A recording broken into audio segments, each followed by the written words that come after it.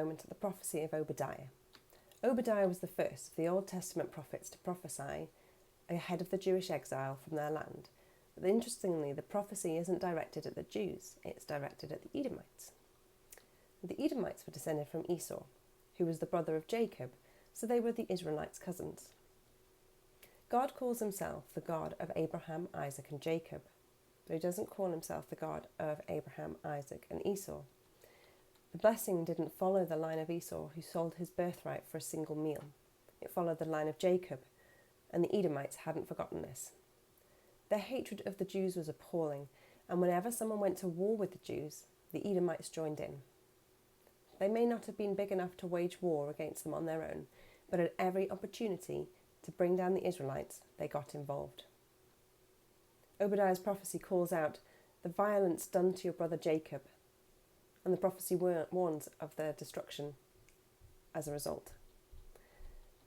God cares very deeply about how we treat others, especially the Jews, and he was warning the Edomites to change their ways and attitudes towards their brother.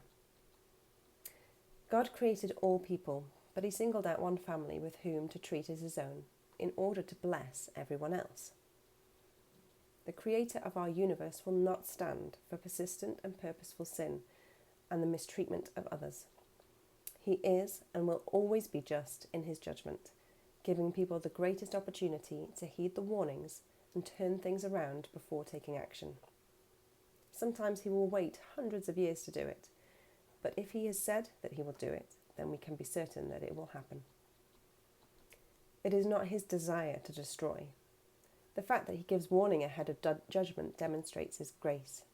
He warns people first and holds back his judgment until all other avenues have been exhausted, and is just in exercising judgment on all people. However, the Edomites did not change their ways. In fact, it was an Edomite who approached Julius Caesar asking to buy the throne of Israel, which was granted. That Edomite was Herod, who killed all the baby boys in Bethlehem in an attempt to kill the hailed king of the Jews. Despite warning and opportunity, the Edomites have not changed their ways. Obadiah 1:18 says, "The house of Jacob shall be a fire, and the house of Joseph a flame, and the house of Esau stubble. They shall burn them and consume them, and there shall be no survivor in the house of Esau, for the Lord has spoken." Within only a few generations, the line of Herod ended and the Edomites disappeared completely as prophesied by Obadiah. So what does this mean for us? God cares for each and every one of us, without preference. As Christians, we are grafted in to the natural line, which means we share in the inheritance and blessing God promised to his people, the Jews, if we stick with him and are faithful to him.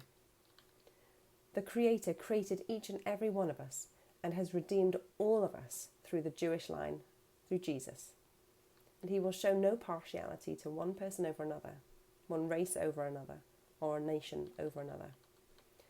His will is for all to be saved, but a just God cannot bless the good without punishing the wicked. Persistent, purposeful sin is not acceptable in the kingdom. Atonement is available for accidental sin, as he knows that we are none of us perfect. Judgment will eventually come to those who continue in purposeful sin. Take some time now to pray.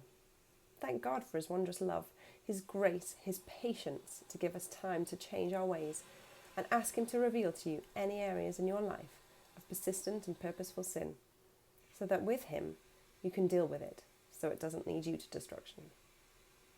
Thanks.